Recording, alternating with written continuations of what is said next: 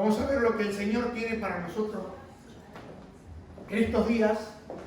Y es importante en este tiempo ser como los hijos de Isaacar. Los hijos de Isaacar eran una tribu de las 12 tribus de Israel, y era una tribu que tenía aproximadamente más de 80.000 personas en esa tribu.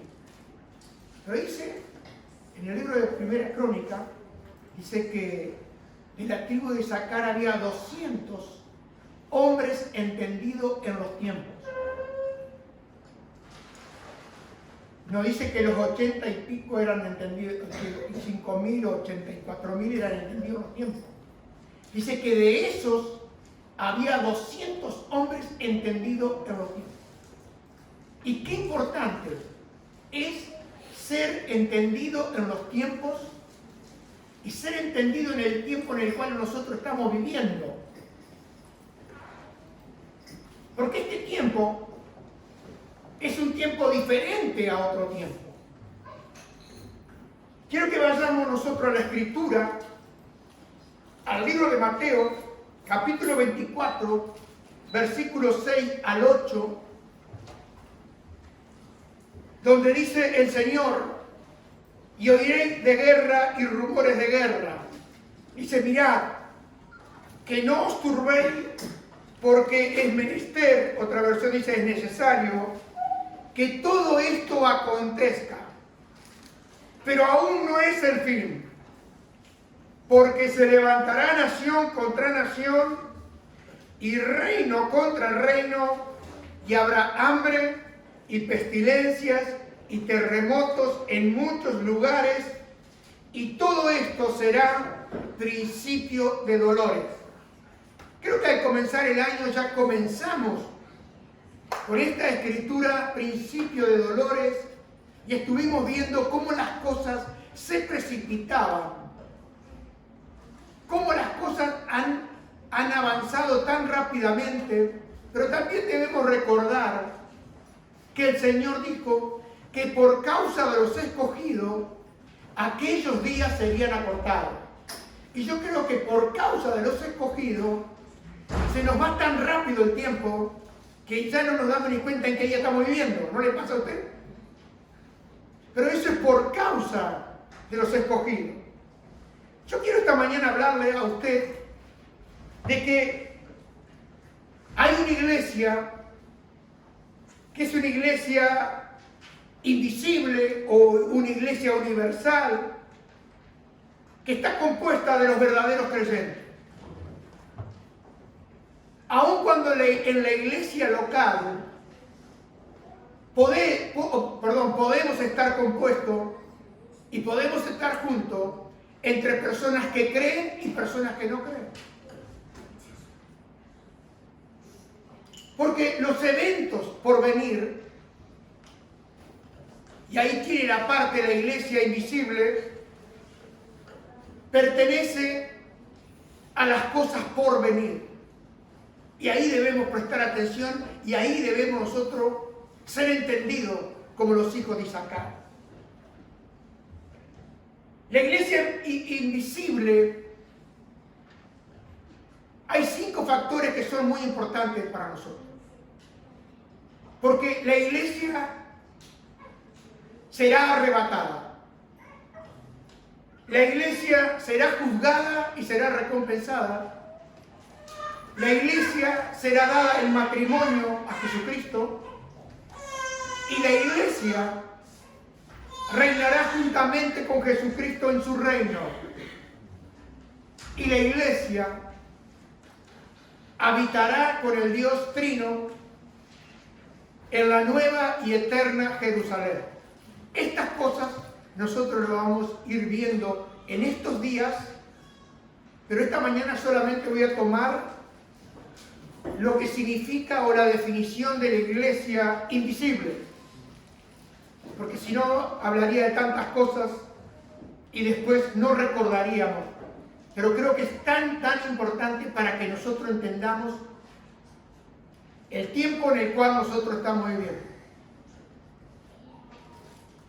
Hay una clara definición de la iglesia invisible Y la podemos ver en unos 5 versículos para tener un claro entendimiento y para saber quiénes se irán en el rapto. Esto es importante. ¿Quiénes serán aquellos que serán arrebatados?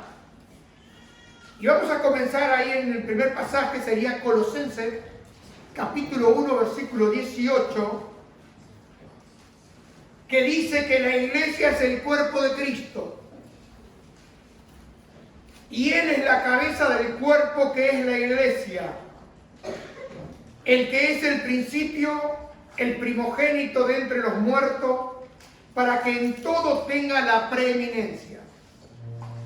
El segundo pasaje que nos habla de ese cuerpo que es la iglesia, lo encontramos en Efesios capítulo 2, versículo 11 al 16. Si usted quiere apuntar los versículos, porque voy a tratar de ir rapidito.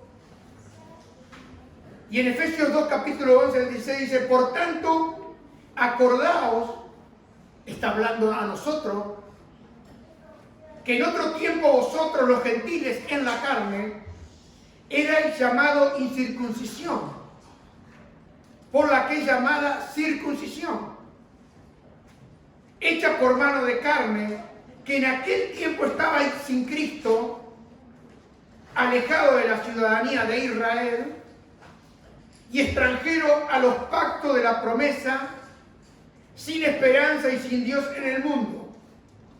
Y Pablo dice: pero ahora, presente, en Cristo Jesús, vosotros, ¿quién son los vosotros? Nosotros. La iglesia gentil, los gentiles. Dice: vosotros que en otro tiempo estabais lejos, habéis sido hechos cercanos por la sangre de Cristo. Porque Él es nuestra paz, que de ambos hizo uno, derribando la pared intermedia de separación, aboliendo en su carne las enemistades, la ley de los mandamientos contenido en ordenanzas, para hacer en sí mismo, estamos hablando en Cristo, de los dos un nuevo hombre, haciendo así la paz y reconciliar con Dios a ambos en un cuerpo mediante la cruz, matando en sí mismo las enemistades. Vemos que la iglesia, el cuerpo de Jesucristo, está formada en una combinación de judíos y gentiles, unidos por la fe en Jesucristo. Acá este pasaje que acabamos de ver nos deja bien claro que no hay una iglesia gentil y que no hay una iglesia judía, que está tan de boga en este tiempo. Porque antes de la muerte de Jesús había dos entidades: el pueblo judío y nosotros los gentiles. Pero ahora, en Cristo Jesús, hay una nueva identidad, hay una tercera identidad, la del nuevo hombre, que define como, o se define o se conoce como el cuerpo de Cristo Jesús, la iglesia. La iglesia, quiero decir esta mañana, que no es judía ni es gentil, sino que es judío gentil, que está compuesta por creyentes judíos y está compuesta por creyentes gentiles que están unidos en una nueva identidad llamada la iglesia de Jesucristo. ¿Va entendiendo o no va entendiendo? Sin embargo, tanto judíos como gentiles retienen su identidad, pero la unidad, la uniformidad está en Cristo Jesús. No es que nosotros, como muchos están tratando de hacer ahora los gentiles, que nos hagamos judaizantes. Eso está pasando. Pero cada uno mantiene su identidad. Nosotros los gentiles somos coherederos y miembros del mismo cuerpo. Y somos copartícipes de las promesas por medio del Evangelio. Y eso quiero que lo vea ahí en Efesios capítulo 3, versículo 6.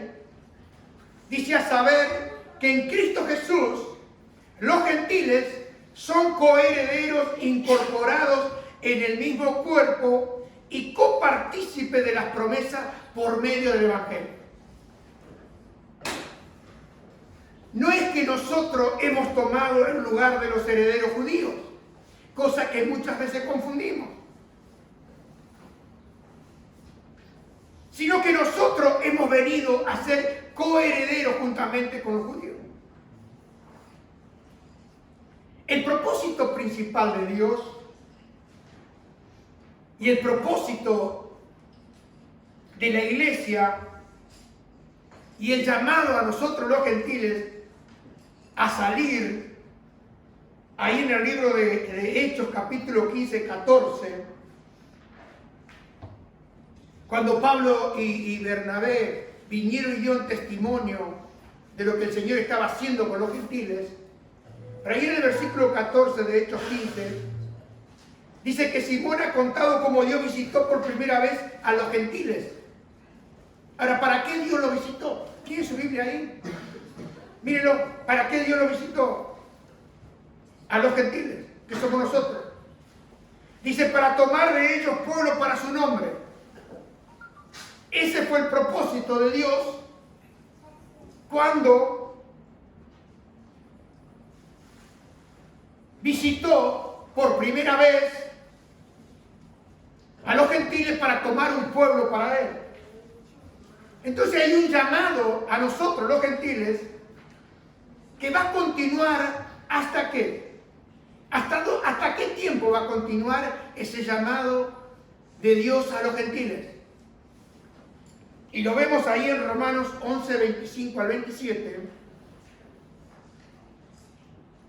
que hay un número que Dios ya ha determinado y ha ordenado, y al leer las Escrituras, lo que me asombra, que no debería asombrarme, es que todo está acá en el libro. Nada más que necesitamos pedirle al Espíritu Santo que nos dé discernimiento y que nos guíe a través de su palabra. Porque David decía: lámpara es a mis pies tu palabra y lumbrera en mi camino. Y hoy necesitamos esa lámpara, hoy necesitamos ese alumbramiento para poder entender y comprender en el tiempo en el cual nosotros estamos viviendo y qué es lo que nos espera a nosotros. Ahí en Romanos 11, 25 al 27, el apóstol Pablo le está hablando a la iglesia gentil: porque no quiero, hermanos, que ignoréis este misterio. Quiero decirle que cuando la Biblia habla de misterio es algo que estaba oculto, algo que no se conocía. Siempre ¿qué es un misterio? No sabemos. Pero acá, interesante esta palabra misterio, dice: para que no seas arrogantes, orgullosos en vosotros mismos, que en parte el endurecimiento ha acontecido a Israel hasta que haya entrado la plenitud de los gentiles. Marque bien eso. Y así todo Israel será salvo. Escúchenme bien. Así todo Israel será salvo. No dice que todos los que vivan en Israel serán salvos. Hay que aclarar esto, porque si no nos vamos todos para Israel. Hay muchos que están yendo para Israel y saben lo que les espera en Israel. Después ya lo vamos a ver. ¿Cómo está escrito? De Sión vendrá el libertador, que quitará de Jacob la impiedad, y este es mi pacto con ellos cuando yo quite sus pecados. Así que mientras Dios hace la obra entre nosotros los gentiles, Dios tiene un propósito, no solo con nosotros, sino también con los judíos. De hecho, el propósito de Dios es salvar a los gentiles, como salvar tanto a muchos judíos hoy en día.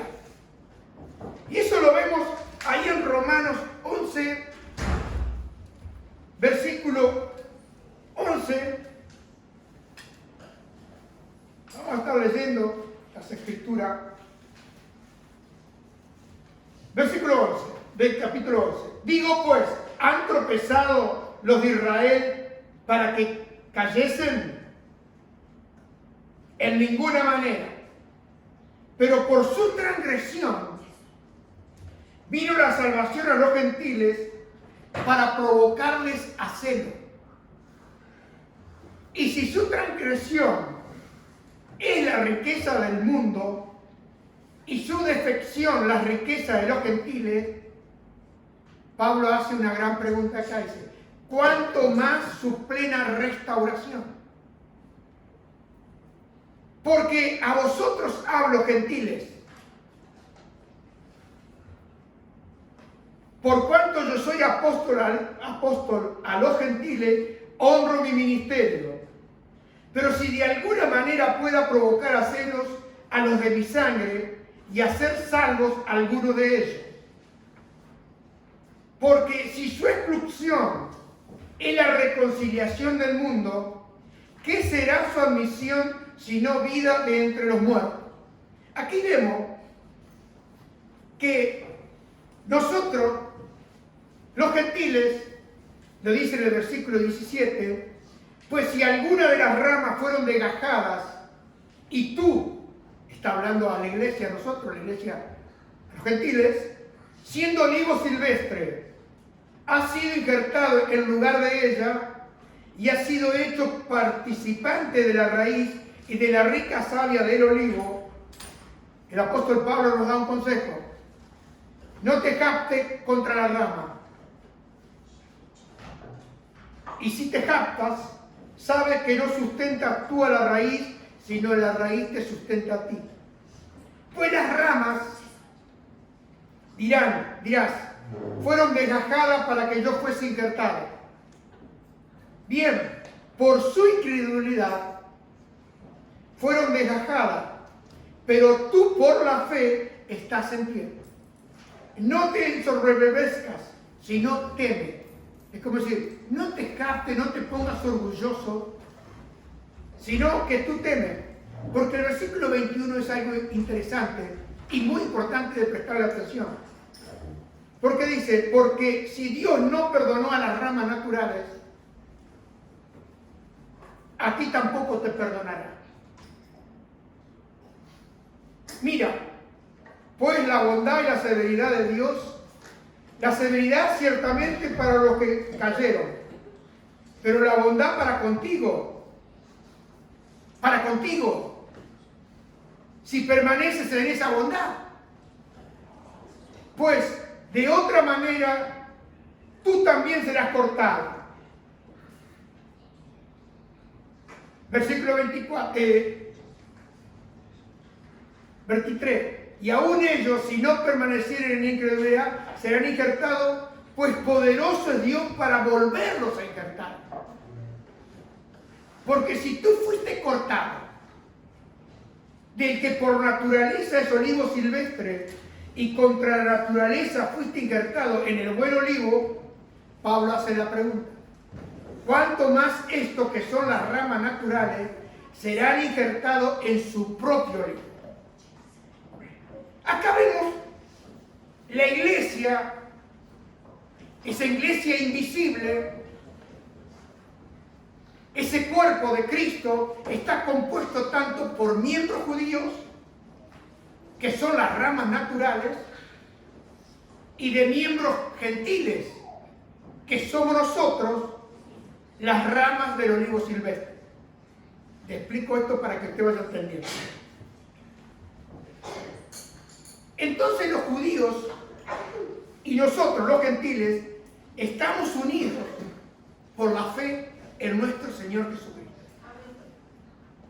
Ahora la pregunta es, ¿cómo entramos nosotros a formar parte de ese cuerpo llamada la Iglesia de Jesucristo? Vuelvo a repetir esta pregunta. ¿Cómo entramos nosotros a formar parte de ese cuerpo llamado la Iglesia de Jesucristo? Para eso vamos a esa escritura. 1 Corintios 12:13. Porque por un solo espíritu somos todos bautizados en un cuerpo, ya sean judíos o gentiles, ya sean siervos o libres, y todos hemos bebido de un mismo espíritu. Acá, al mirar las Escrituras, la iglesia de Cristo está compuesta por creyentes judíos y gentiles, y la entrada a ese cuerpo es a través del bautismo del Espíritu Santo. Si usted no ha sido bautizado por el Espíritu Santo, usted puede venir a la iglesia, usted puede estar en la iglesia local, pero la entrada es solamente a través del bautismo del Espíritu Santo. Y todo creyente es miembro del cuerpo de Cristo al haber sido bautizado por el Espíritu Santo. Y eso se produce cuando uno cree verdaderamente por la fe en Jesucristo. Se produce esa sumergión, porque el bautismo es sumergirse por el poderoso Espíritu Santo. El saber para nosotros cómo uno llega a ser miembro de ese cuerpo y cómo uno entra en ese cuerpo, que la iglesia nos ayuda a nosotros el saber cuándo comenzó la iglesia. ¿Usted sabe cuándo comenzó la iglesia? Vamos a verlo, porque tenemos que definir este asunto. Esto es muy importante para entender, porque al entender cuándo comenzó la iglesia, nosotros vamos a entender quiénes se van a ir en el rapto. Si no entendemos esto, vamos a andar a tienta y oscura. Pero si entendemos cuándo comenzó la iglesia, vamos a saber cuándo va a comenzar o cuándo vendrá el rapto. El pasaje que nosotros debemos mirar, hay Hechos capítulo 1, 5, y vamos a leer hasta el 8 del libro de los Hechos. Tenemos que ir a la Biblia, no tenemos hoy el retroproyector, pero lo tendremos, tranquilos. Amén. Dice, Jesús había ascendido al cielo. Versículo 6 dice, vamos a leer el versículo 5, dice, porque Juan ciertamente bautizó con agua, mas vosotros seréis bautizados con el Espíritu Santo dentro de no muchos días. Entonces los que se habían reunido le preguntaron, Señor, ¿restaurarás el reino de Israel en este tiempo? Y él le dijo, no os toca a vosotros saber los tiempos o las sazones que el Padre puso en su sola potestad. Y atiéndame bien. Pero recibiréis poder cuando haya venido sobre vosotros el Espíritu Santo, y me seréis testigos en Jerusalén, en toda Judea, en Samaria y hasta lo último de la tierra. Acá vemos nosotros, a través de la palabra de Dios, que el bautismo del Espíritu Santo comenzó en Pentecostés, pero no podemos solamente probar que la iglesia comenzó en el capítulo 2 de Hechos, donde todos estaban reunidos, que sabemos ahí a través del capítulo 2, sino que para comprobar cuándo verdaderamente nació la iglesia, tenemos que leer el pasaje que está en Hechos, capítulo 11 del libro de los Hechos,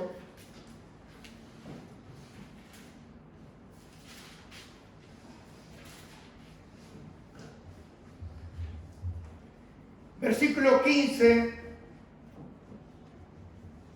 está hablando Simón. ¿Se acuerda que había mandado Cornelio? Lo mandó a llamar que él estaba en la azotea orando, que el Señor le dijo que bajara, que fuera. Y dice que Pedro está hablando acá, dando el testimonio. Dice, y cuando comencé a hablar cayó el Espíritu Santo sobre ellos también, como sobre nosotros al principio. Y Pedro dice, entonces me acordé de lo dicho por el Señor cuando dijo, Juan ciertamente bautizó en agua, mas vosotros seréis bautizados con el Espíritu Santo de Dios. Acá, uniendo estos versículos, cuando Pedro dice al principio, está uniendo Hechos capítulo 2 con Hechos, con el hecho de Pedro y el testimonio que Pedro está dando, que el Espíritu Santo cayó sobre los que estaban reunidos en el aposento alto, pero que también cayó sobre los gentiles que estaban reunidos. Acá tenemos entonces bien claro que el cuerpo de Jesús, la iglesia de Cristo, está compuesta tanto por judíos y tanto por gentiles. Y que la entrada a ese cuerpo de Cristo, la iglesia, es por el bautismo del Espíritu Santo. Tanto los judíos que estaban en el aposento, y vimos cantidades, porque si uno mira la Escritura, vamos a poner un ejemplo, le pongo. Cuando Pablo va y a predicar el Evangelio se encuentra con esta mujer que vendía púrpura, Lidia, y dice que el Señor abrió su corazón para creer. ¿Y Lidia quién era? Era judía. Cuando Pablo iba a predicar, ¿a dónde iba? A las sinagogas. ¿Qué había en la sinagoga? Judíos.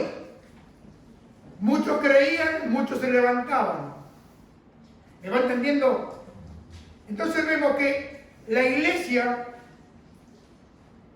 el bautismo, no comenzó solamente en Pentecostés en Hechos 2,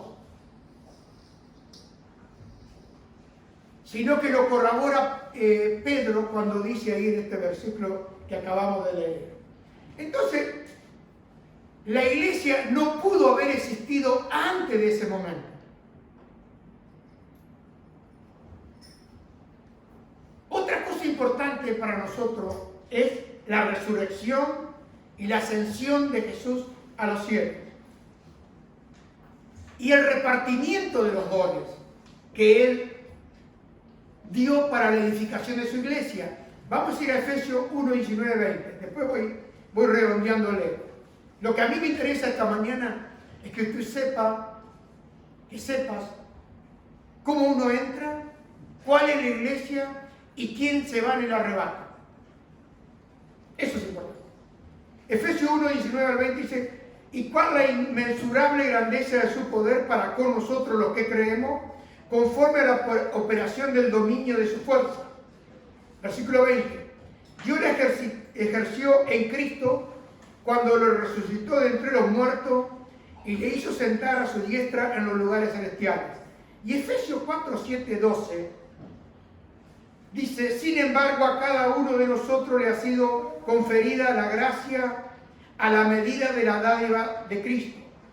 Por esto dice, subiendo a lo alto llevó cautiva la cautividad y dio dones a los hombres.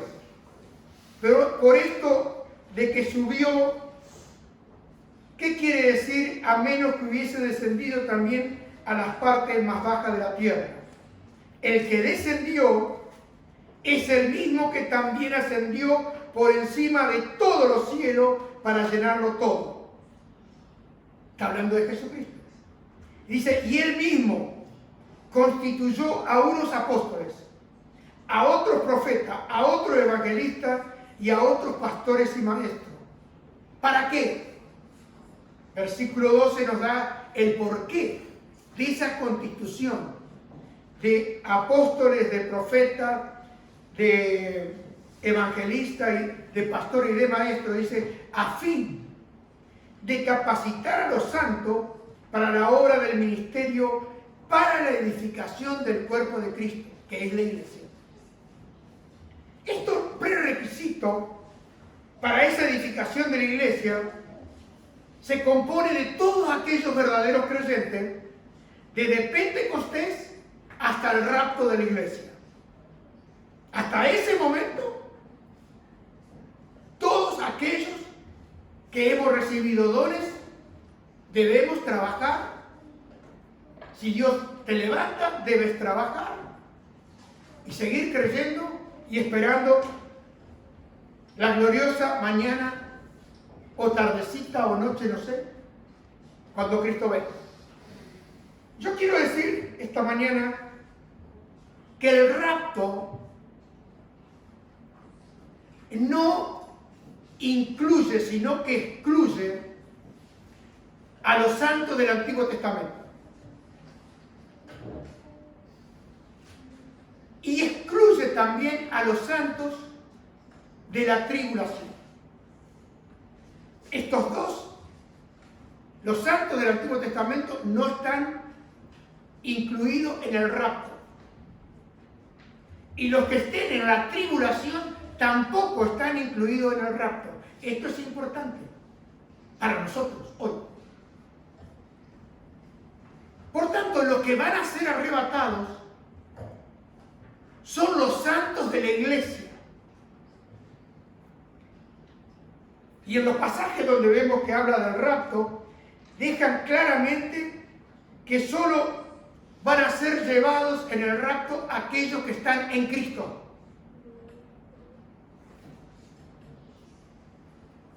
Y Pablo, a través de los escritos, usa muchas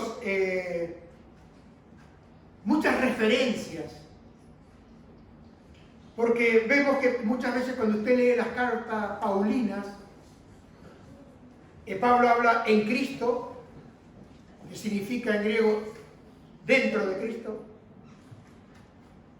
Pablo dice en Jesucristo, en Cristo Jesús, habla en Él, en quién, en el Señor, refiriéndose a todas aquellas personas, tanto judíos como gentiles, que han sido bautizados por el poder del Espíritu Santo. Esto debemos dejarlo claro. Vamos a seguir el próximo domingo y vamos a ver cómo será, qué sucederá y cuándo va a ser. Pero si yo ya voy mezclando aquello, hay muchas cosas que yo quiero que usted entienda. Si usted ha sido bautizado por el Espíritu Santo, usted tiene parte en ese arrebatamiento que está pronto a venir. Nunca ha sido tan claro para venir. Nunca las cosas están tan claras para nosotros. Pero como dije al principio, debemos ser como lo dijo de Satán. Entendidos los tiempos, pero si nosotros no entendemos los tiempos y solamente conocemos algo, por eso cuando estudiando las Escrituras, a mí me ha quedado tan claro, y le digo algo, tengo tanta paz, tengo tanta seguridad, tengo esperanza, tengo confianza y sigo rectificando la palabra que hablamos al principio del año. Que este año era un año bueno y bendito. Comenzamos el año. Quizás este es el año bueno y bendito. No lo deseche, porque si usted lo empieza a mirar de la parte del bolsillo, yo le voy a decir, no va a necesitar nada. Porque a donde nosotros vamos, no va a firmar hipoteca. No va a necesitar zapatos, porque las calles son de oro. A donde nosotros vamos, no va a necesitar pagar el agua, porque el agua de vida corre.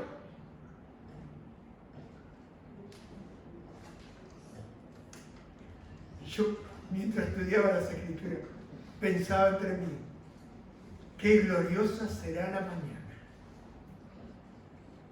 cuando venga Jesús el Salvador. Y vamos a ver el próximo domingo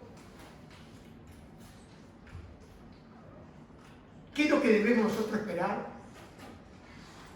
cuáles son las señales que tenemos. Pero algo interesante, cuando leía acá Romanos, que le dije que no seamos orgullosos, y dice algo, que si Él no perdonó a aquellos que no le creyeron,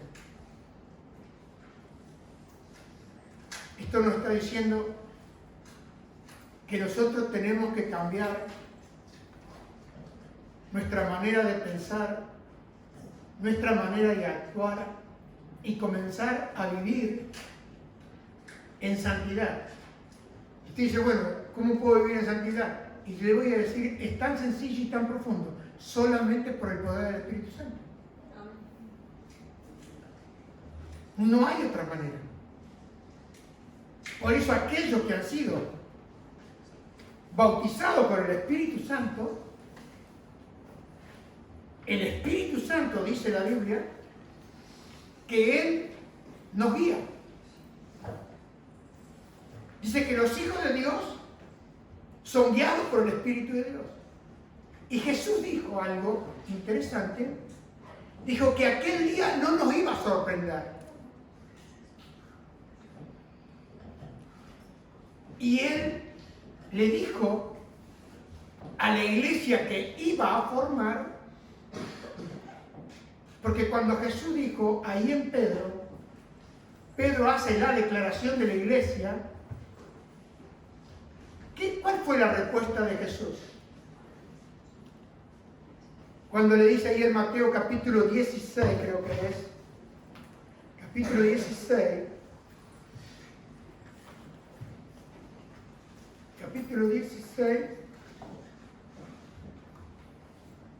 dice sobre esa declaración de Pedro, dice, edificaré mi iglesia. No dice, estoy edificando mi iglesia. Eso lo vamos a ver el próximo domingo. Quiere decir que todo hablaba de futuro. ¿Está de acuerdo? Le digo está de acuerdo porque tiene que estar de acuerdo con las Escrituras. Si no está de acuerdo con las Escrituras, pase de lado. Amén. Vamos a dar gracias.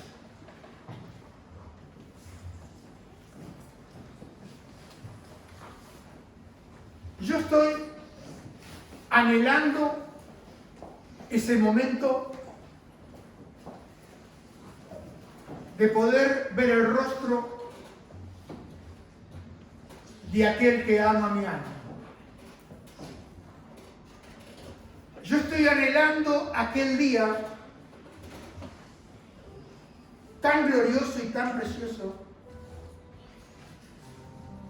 de volver a ver esos ojos tan profundos de Jesús.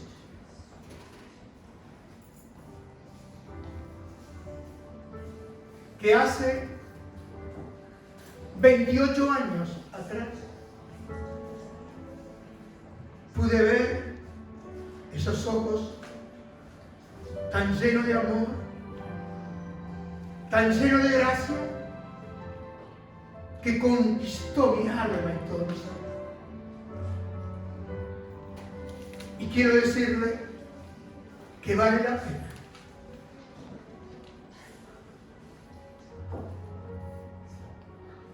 pagar el precio.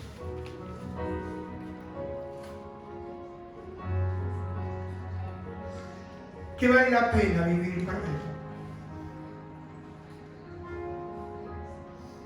Porque las recompensas que habrá allá, porque quiero decirle, iglesia, que todos tendremos que estar en el tribunal de Cristo y que todos recibiremos recompensa. Ya lo vamos a ver.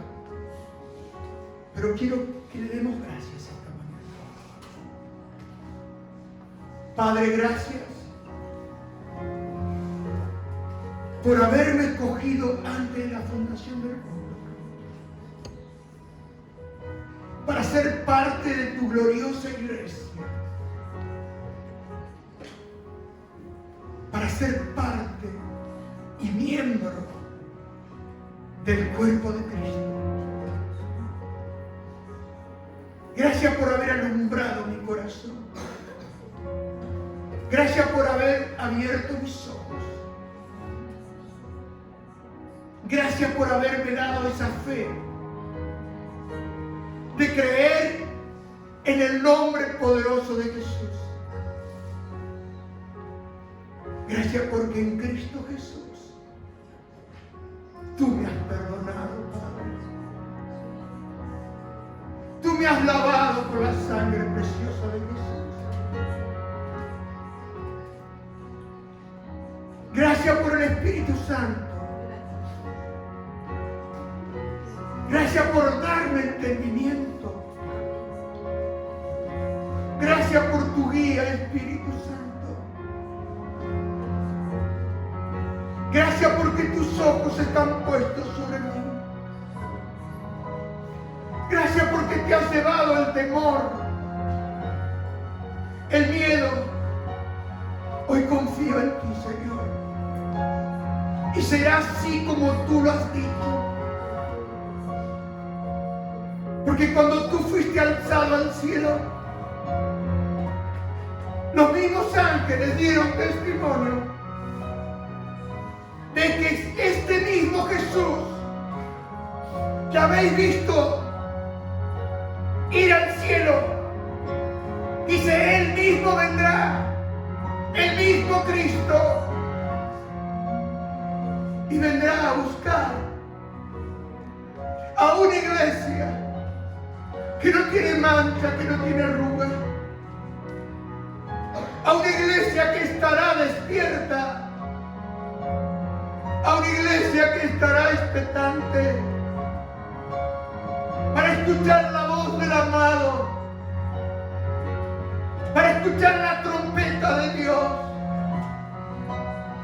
Y como dice tu palabra, los muertos en Cristo resucitarán primero,